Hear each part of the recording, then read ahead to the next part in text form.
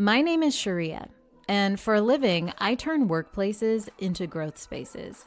This podcast is a front row seat into my own personal and professional development as I talk with inspiring people about the growth that takes place at the intersection of work and life. Welcome to Grow There with Cheria.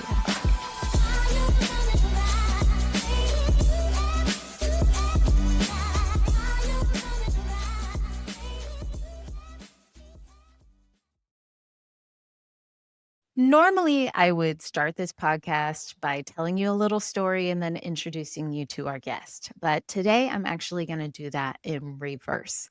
So, our guest today is a new friend of mine named Rob Symes. Rob is a serial entrepreneur. His very first company, Outside View, built algorithms that could predict what properties were going to sell within the next 180 days. And that company was acquired by FTSE 100 company Rightmove. And if you're unfamiliar with what the FTSE 100 is, it's the Financial Times Stock Exchange 100 Index that tracks the 100 largest companies on the London Stock Exchange. So that was a big accomplishment for Rob. His current company, Fortell, focuses on trying to make and measure impact through artificial intelligence. It deploys digital avatars that can ask questions in any language and uses AI to analyze the responses at scale.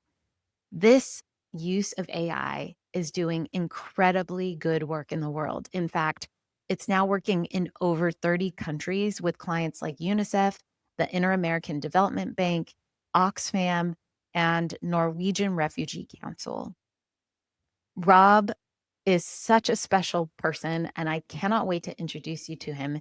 And I happen to have already recorded this, so I know the story he's going to tell today. And when I was thinking about what he shares, it made me think of a book it's actually the first book I finished in 2024. It's called Indistractable, and it's by Nir Ayal.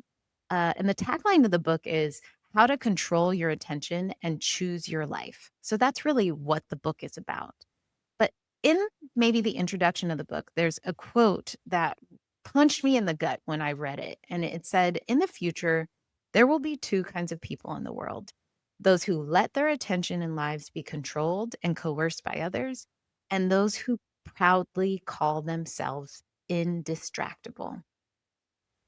When I read this, I took a good hard look at myself and I thought, of those two people, I am falling into the line of being highly distractible and really, I hate to even say the word controlled and coerced by others, but certainly controlled and coerced by things that were taking my attention, like scrolling on Instagram and listening to a million TikToks and not even realizing. In fact, I recently heard something that said every day, the average person scrolls the length of the Statue of Liberty, I think it was, every day. That's how much we're scrolling, which is insane.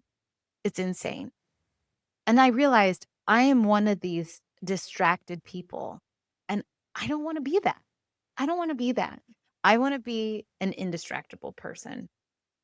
And the story you're going to hear today from Rob, at face value, it's not about this. It's not about being distractible versus indistractable. But what it really highlighted for me is how something can happen in your life that changes your life. And if you let it, it can really turn you into an indistractable person who focuses on what matters most, who spends, it can challenge you to spend your time in a way that is fully aligned to who you are, to what you love, to what you care about. And I find that incredibly inspiring, and I hope you will too.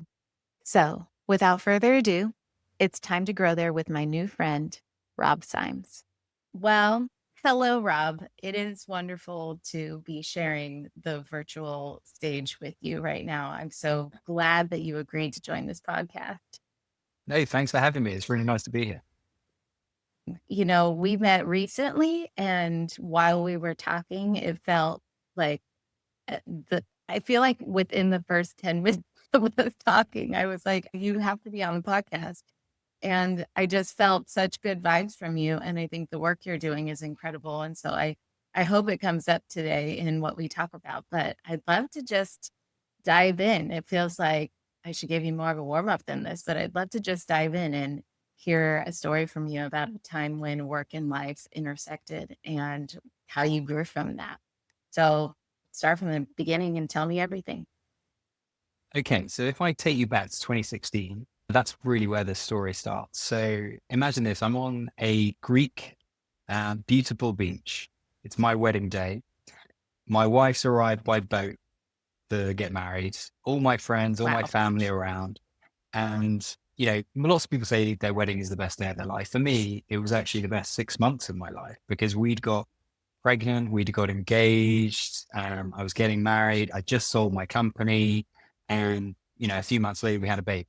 So 2016 Wow. was the year of accelerated all the things that you want, all the things that you're happy to do, having built a business over, a few years, selling that, getting married, having your friends there, buying a house, everything had happened in this accelerated 6 month period.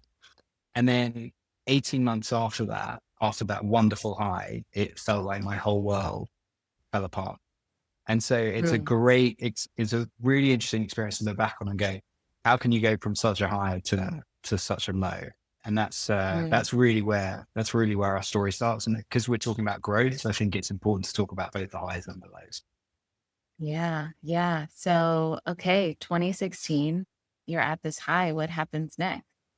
Well, so what happened was we had our first child. And while, for many parents, they think that, that's the first and most exciting time in their life. And it certainly was for us. 18 months later, unfortunately, our son was having some struggles. We were having some struggles, and there were sleep challenges. So, and not traditional sleep challenges about, you're not sleeping for a couple of nights as your baby gets, but, constant waking up at every hour. There was just a feeling that something was not quite right, and we didn't understand what was going on. And then while Mm. our son started speaking, he was a little bit delayed in speaking, but he did eventually say a number of words. He said about 40 words. And then after probably about up to 12 to 14 months, we started seeing that he was actually losing his words, that he was Mm. regressing. And this idea of regression is very difficult for a human to wrap their head around, especially if you're relatively type A. That, you think you can work hard, you can study, you can progress, there's a sense of momentum to your life, you have plans. Even though you hear Mm. the phrase that God laughs at your plans, you think, no, I am in control of my life. And this idea of a regression is very difficult to wrap your head around. So for a couple of months, although me and my wife thought that there was something wrong, we couldn't put our finger on why we had this feeling of unease and um, why our son was a little bit different to other children that we beat NCT class with or we put into the playground. And Mm. that's when it was so obvious that something was difficult and that he had, we went to see a doctor straight away because we were like, right, okay, we think there's a problem. Let's go and see a doctor. And they said, well, look, it's going to take you 18 months to get a diagnosis, but we're 99% sure that he's on the autistic spectrum.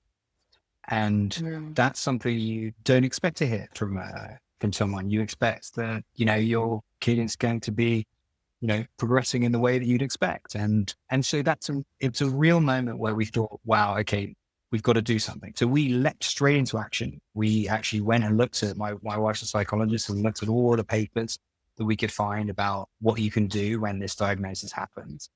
And Mm. not to get dark too fast, but it was a really rough time in our lives. And although we were very action oriented, we didn't take any time to feel for ourselves. So we hired a Mm. coach in America who came, we flew to London to help us because there wasn't anyone who was doing something called early start tender model, which is the methodology we use to help him. And then the truth was nothing worked for a very long time. We tried extremely hard, spent a lot of money on it, trained ourselves in this Mm. model of development. And to be honest with you, it didn't work. And then it came to a point where we said we need to change almost everything about our lives. We need to move out of the country to a place where he can be outside all the time. We need to change businesses. I need to leave the job that I'd sort of worked hard for. Once I sold the business, I worked for the company I sold it to. And we're going to make a completely new life on an island in Tenerife, very far away from where my wife grew up in Lithuania, very far away from where I grew up in England. We're going to learn a new language. We're going to learn a new culture. We're going to Wow. try and find the best place for him to be. And you're going to have to figure out, Rob, how to make much more money than you expected. And you're going to try and Mhm. make it from a place where there are no clients at all, and go. So that is the biggest challenge of my Wow. life, but it's also been one of the makings of us. So it's been a Wow. very difficult up and down story, certainly. There's so many things, and I know there's so much more to your story and where you've ended up or where you are now. But, as you were talking about, you sold this business. And it's interesting. I think about when you're talking about all the height of your life and career in 2016. And you have to be the type of person to be an entrepreneur, be a business owner, build a business, and then sell it. You have to really believe that you, like, one step at a time, you make things happen and you just go for it and you dig in and you make things happen. And I cannot imagine. Oh, this is what I was trying to say. When you were talking about how things weren't working with your son first, I can't imagine the frustration of that when so much of your career, and I'm sure was full of challenges as well, but you've seen the fruits of your labor, and so recently in life, you've seen the fruits of your labor from you doing what it is that you need to do to be successful enough to sell a business, all of this. I can't imagine the frustration of trying to figure out how to support and help your son and how to support and help yourself, and nothing is working. And I think I think that is so powerful in and of itself, because so many times we think in this life that 1 + 1 = 2, when that's just not always the case. And then I also am so touched by, you know, I think of innovation as a lifestyle, and I talk a lot about innovation and building cultures of innovation.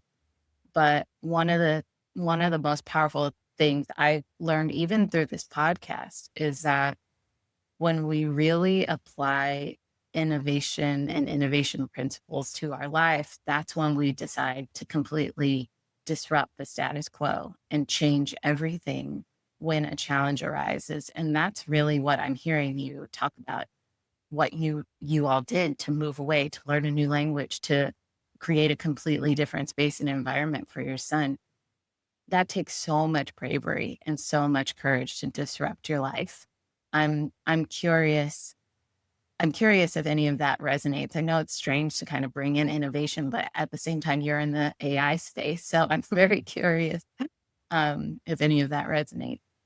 I think it does. I think the sense of frustration, it was very real, and sometimes still is. So yeah, you're right. It's kind of 2 + 2 = 4. I work hard at this. I get this result. In some ways, I had a very gilded existence up until I was 30, which is when we had Mm. my son. And although it wasn't a constant progression, it certainly wasn't always successful. You felt like the more you put in, the more you would get out. And there was a Mm. very nice sort of linear journey to that, and quite Right. understandable. Even though it's chaotic starting a business, and it's not like going to be an investment banker, and if you work this and do that, you'll get somewhere. It was certainly this case of the harder you work, the luckier you get. And then Mm. this idea of a regression is very difficult. I still find it quite hard to get my head around, and it probably happened at that time in your life when you're growing up. You're not a kid anymore. You're not the youngest person in the room anymore. You have responsibilities, but it was an accelerated. So my life had been accelerated. And then it was almost like something was forcing us to stop. And, and I think there is bravery. I had to credit my wife with the bravery actually is deciding that London was for us and that she wanted to move. I think it was from a sense of this isn't working. We have to change something. And Yeah. that's that. that sense of desperation that you need to change something is maybe not the healthiest thing. You'd love to make that decision perfectly, uh, in a different way, but you Sure. would, but actually it has, our son certainly now is in a far better place. And, Mhm. we as a family are in a far better place, but I wish we didn't have to go through the pain of getting there. That's the Sure. truth of it, to be honest. And so while Yeah. being an entrepreneur I do think actually there is an entrepreneurial mindset that you can have to life. And my wife wouldn't say she's an entrepreneur, but she was entrepreneurial in this way and say, this isn't working, we're going to try something else. It's almost Yeah. like an A/B test on your life, right? A is Yeah. London, B is Tenerife. Okay, let's try that. Yeah. Yeah. Absolutely. Yeah, definitely. Um, so so now, well, how old is your son now? He's 8. 8. So that's a long journey, nearly a decade of your life, and will continue for the rest of his life and your the rest of your life. And one, I want to hold some space for that because I think that is something that a lot of times the adults who live with autism are often forgotten about, and the support system that is the only, family is really that sole support system. Uh, and that's an incredible task, for life to have given you. And I think it's it's so inspiring the way you and your wife have leaned into that task and embraced that task, that I'm certain that it's just every day is a new day and it has highs and lows. And so I want to just hold some space and respect for that.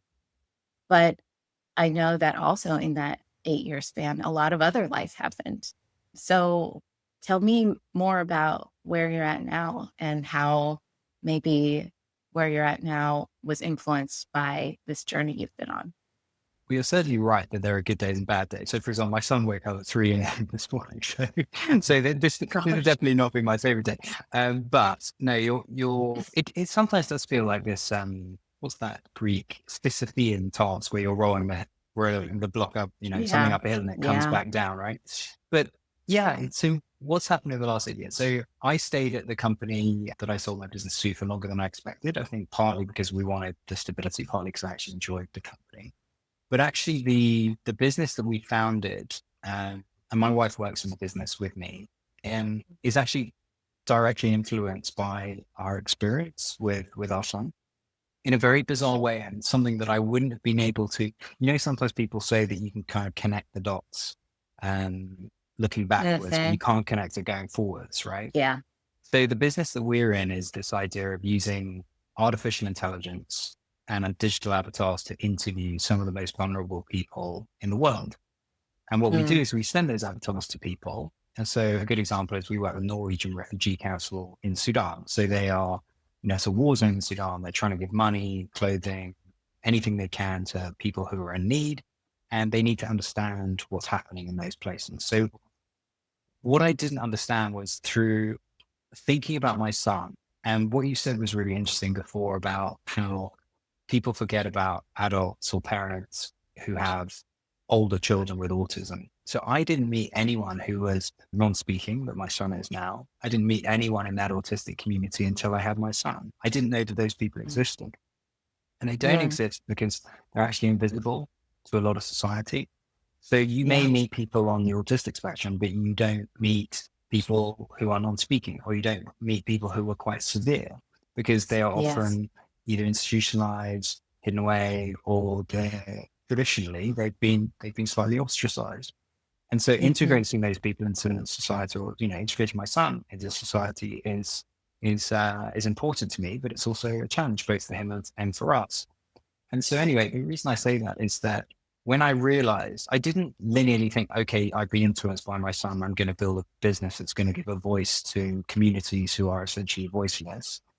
But that is essentially what our product has done. So in 32 Mm. countries around the world, and some of the most challenging conflicts, or the poorest countries, we're interviewing people and having conversations with people through technology in smallest languages with people who generally don't have a voice and using AI to then analyze it, give it back to the people who are trying to help them and helping them make more decisions. But it sounds Mm. so obvious when I say that I was influenced by my son, but I had no idea of the time that it was. Yeah. I mean, there's something so magical about that and the scale of impact that you're able to have now. And it comes at such a cost, I know. And yet I am so grateful to know that you're doing this work. And I'm especially, there's a lot of pessimism around AI and the ways that it's going to shape the world for the worst. And this is one of those very clear ways of how it can literally save people and give voice to the voiceless. And so I truly love and appreciate that you are doing this work and championing this work. And I don't understand how the world works, how the universe works, but I'm also grateful for that connection, for those dots to be connected for you. And I'm just curious, it feels like such a massive question to ask, given all of the things that you have gone through and how it had shaped your journey, how you've let it shape your journey. I think that's another big piece here is there were many different choices you and your wife could have made a- after 2016, but it seems you all have doubled down on all the ways that one, support your son and support your family, but also that make an impact and positive impact on this world. I'm curious how, if you look back and you said my number one area of growth or the way I've grown the most is fill in the blank, what would that be? It's a great question. I'm just thinking about it for a second. So I'm taking myself Yeah. back to that time. So we'd understood that my son was going to be on a journey and a journey that was different to other children. Now, different doesn't always mean worse, but different sometimes can be challenging. And I remember sitting there we have this garage, and I'd left I knew that I wanted to start a business and I knew that that was going to be the best way for me to contribute for our family, for him. And Mhm. it's just in me. And I remember thinking growth is embracing the loneliness or the lonely chapter sometimes and sitting on your Mm. own thinking, what can I do? What can I make? What can I be? What can this business be? And what kind of journey do I want to go on? So growth for me is embracing that you will have lonely chapters and that you have to Mm. lean into that and you have to not be scared and fill your day with busyness and sometimes know that being lonely is okay because something better may be on the other side. Wow, that speaks to my heart so much. The loneliness of growth is a real, I think that's so powerful. And I think that a lot of people, when they really think about the biggest growth of their life, they realize it happened. You can have all the people around you, you can have all the support around you, you can have many things, but that growth really happens. Like you've got one job and it's you getting through this life and helping the people alongside you get through this life. And that growth story feels very isolating at times. So that really resonates. And I have to say this, uh, when when we talked and I learned about your son being non-speaking, I want to say this more for people who are listening. I read this book. I think I have it right down here. It's called Spellbound. Yep. And and if you're interested, people listening or watching, it's called Spellbound: The Voices of the Silent. And it's a collection of poetry, songs, stories, and more by non-speakers. And it's edited by Judy Hope. I'm gonna mess up her last name. Shanice, is that right? But this book changed my life, and this was when I first learned about folks with autism who are non-speaking, and it changed my life because it was reading the poetry. Some of it's hilarious, and some of it is so deep and dark, and listening to, these are mostly like folks in their 20s who this Judy has like started working with the letterboard with them. And so for the first time in their lives, they're able to communicate. And to me, it blew my mind. It blew my mind to think about people who could communicate, but didn't have a way to do it for most of their life, up until their 20s. And like, to me, that just, it rattled me. And so as I am so grateful that you are, having the support you need with your son to be like seeing, where his progress will take him. I also think of giving voice to the folks that you're giving voices to in 32 countries. There is something so important for us to bring to consciousness is who in our world, in our society doesn't have a voice, and can we give them one? And there's many more people than we think that don't have a voice. So again, thank you for growing into this life the way that you have. I'm so appreciative that you're out there doing what you're doing. And I know people listening will be inspired. I do have another kind of question for you before we get into rapid fire.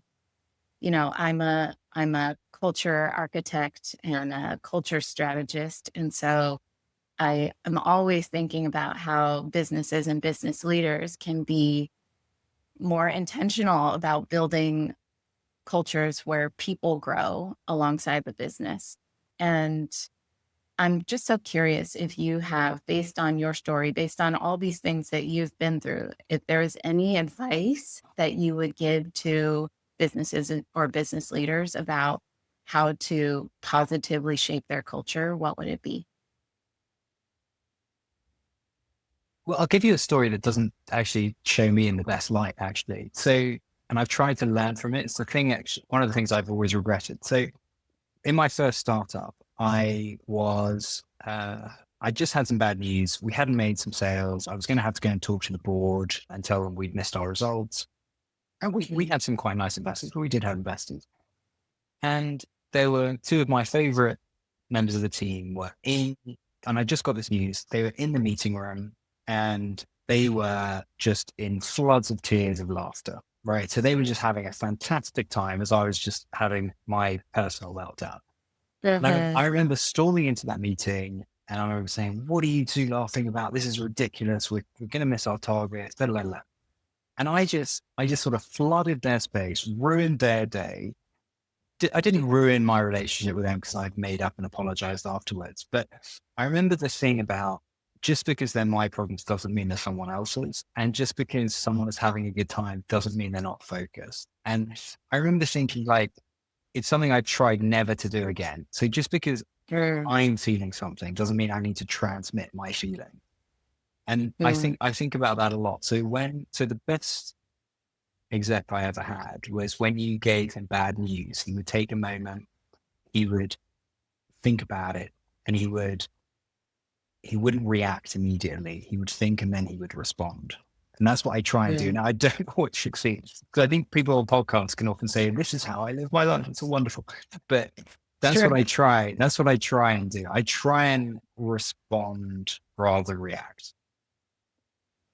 Listen, I think there's so much about this that is so useful because it's also, you're telling this story in the context of having to go into a meeting that wasn't fun to go into, but also there's people dealing with all kinds of different things in their own personal lives that don't always match the energy of what's happening at work. And so I think that you know, we owe it to one another to be kind and caring and attentive. And we also owe it to one another to be responsible for our own energy. And I think that's what you're getting at. Like there's so much power in the pause all the time. There's so much power in the pause.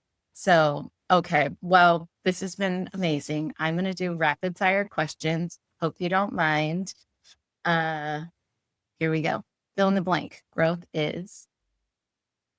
Understanding yourself. What was the very first thing you realized you were good at? And I'm talking as a kid.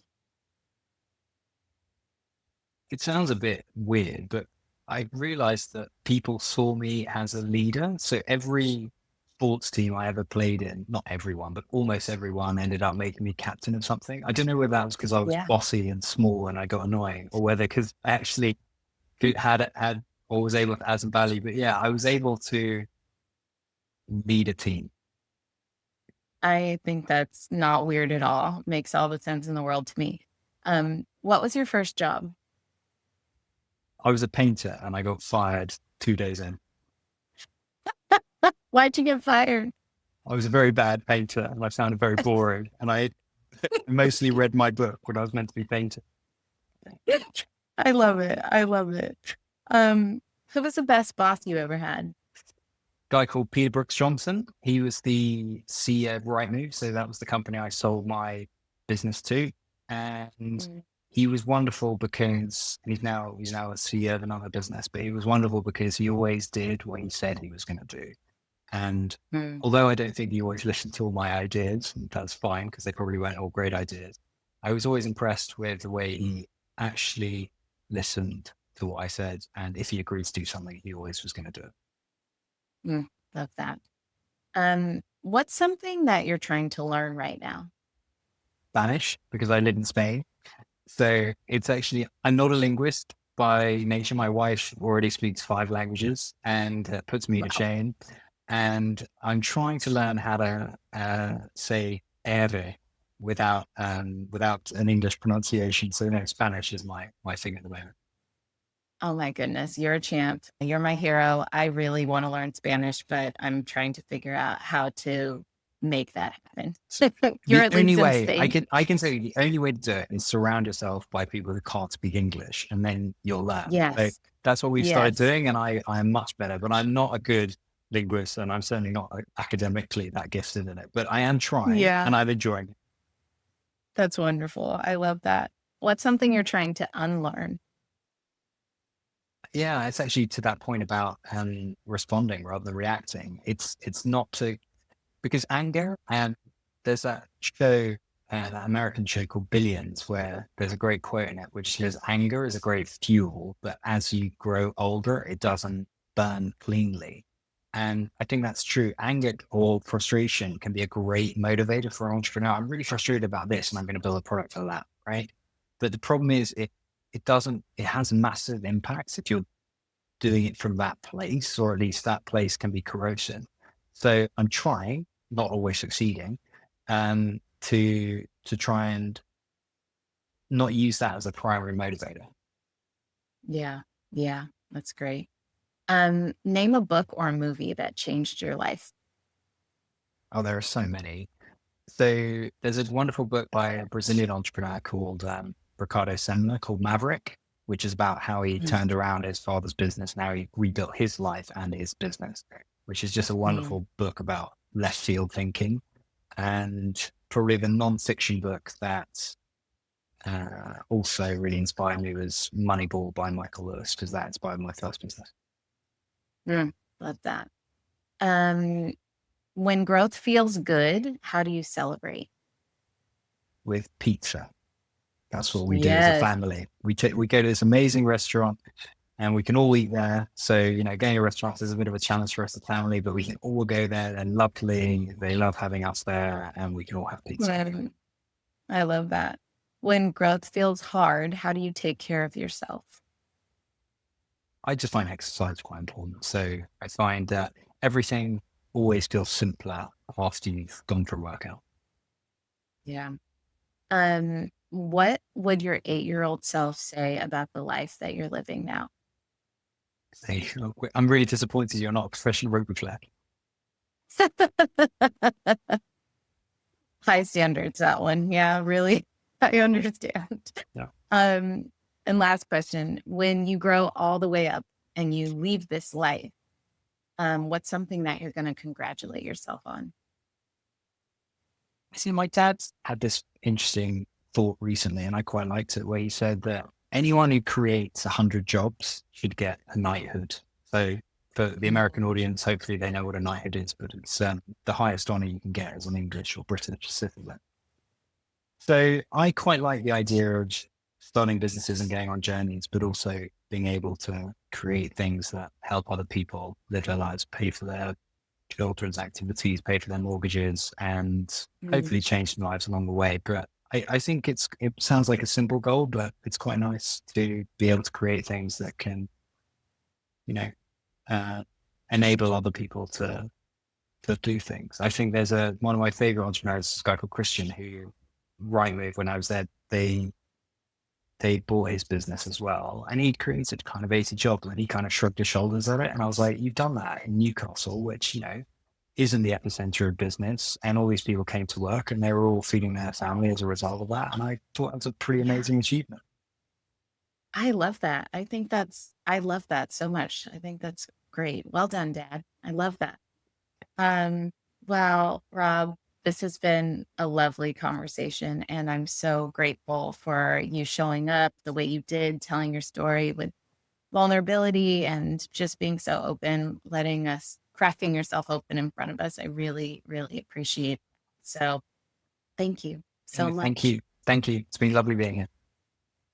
Oh my goodness. All right, y'all. We'll see you next time.